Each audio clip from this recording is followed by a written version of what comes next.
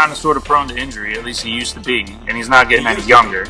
So he wasn't getting hit enough because the ball was getting picked off too many times last year. I'm saying, so there's a good chance that maybe Fields does see some play, but I think this is just like the strategy for the NFL overall, because the era That's two quarterbacks now, right? The era of like elite go-to number one quarterbacks is kind of over because there just aren't enough guys right there.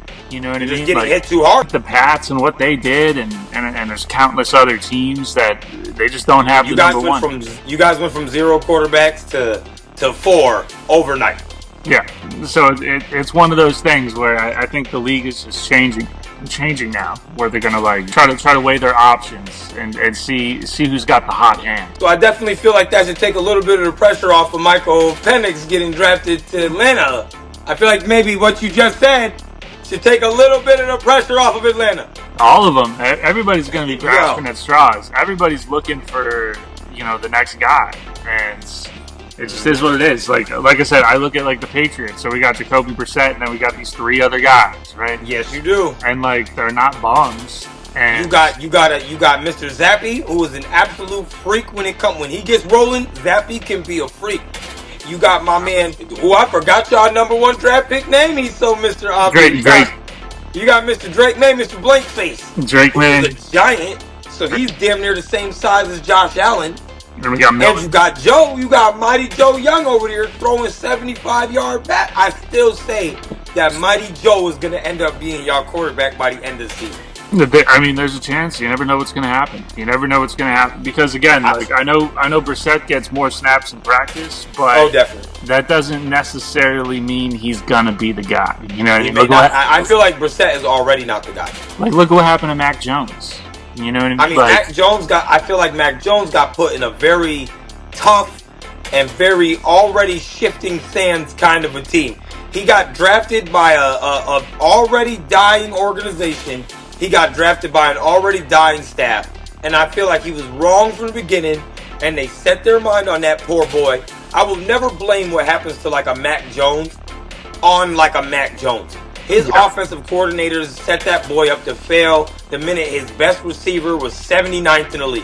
100%. No, it's hard to be like the son of Hercules too. You know what I mean? Like it's like they asked that man to make water out of sand. He's showing up right. That he took his lick, and I hope he has fun as a backup, because that's kind of where he belonged in the beginning. Yeah, 100%. It is what it is. I mean, he's always been that guy. It's not like he takes Trevor Lawrence. I believe he went to back up Trevor Lawrence. It's not like he takes conditioning seriously. Yeah, that's where he went, right? Jacksonville? Absolutely. Yep. And now he's going to be a rapper? And hey, let's be honest, that is a perfect place for him to sit too, because if Trevor Lawrence, as he usually does, gets injured on some dumb shit, it is nothing better than to have a Mac Jones kind of sitting there. Him in that position is so much more valuable than he was as that starter in New England. 100%. I would love Mac Jones to be my backup. He won a national championship with Alabama. He was able to take his licks with the Patriots. He did give y'all he won some games. Yeah, that first season wasn't bad. I think we got, 10 wins first season?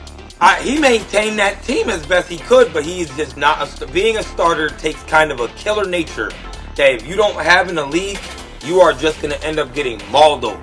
I think he just got scared. A lot of times he just got scared. You know, if your quarterback's afraid to get hit, then you don't got a quarterback.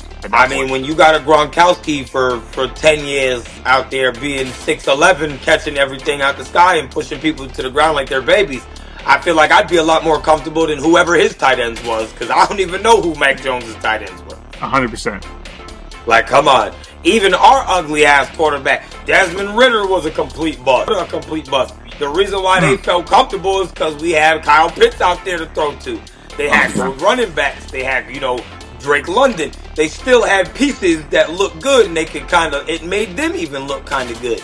Totally. My man Mac was out there in the desert. Ramon Stevenson running the ball.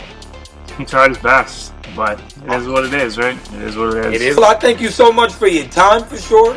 And I definitely thank you for coming on here on this beautiful Friday as we're getting all this wild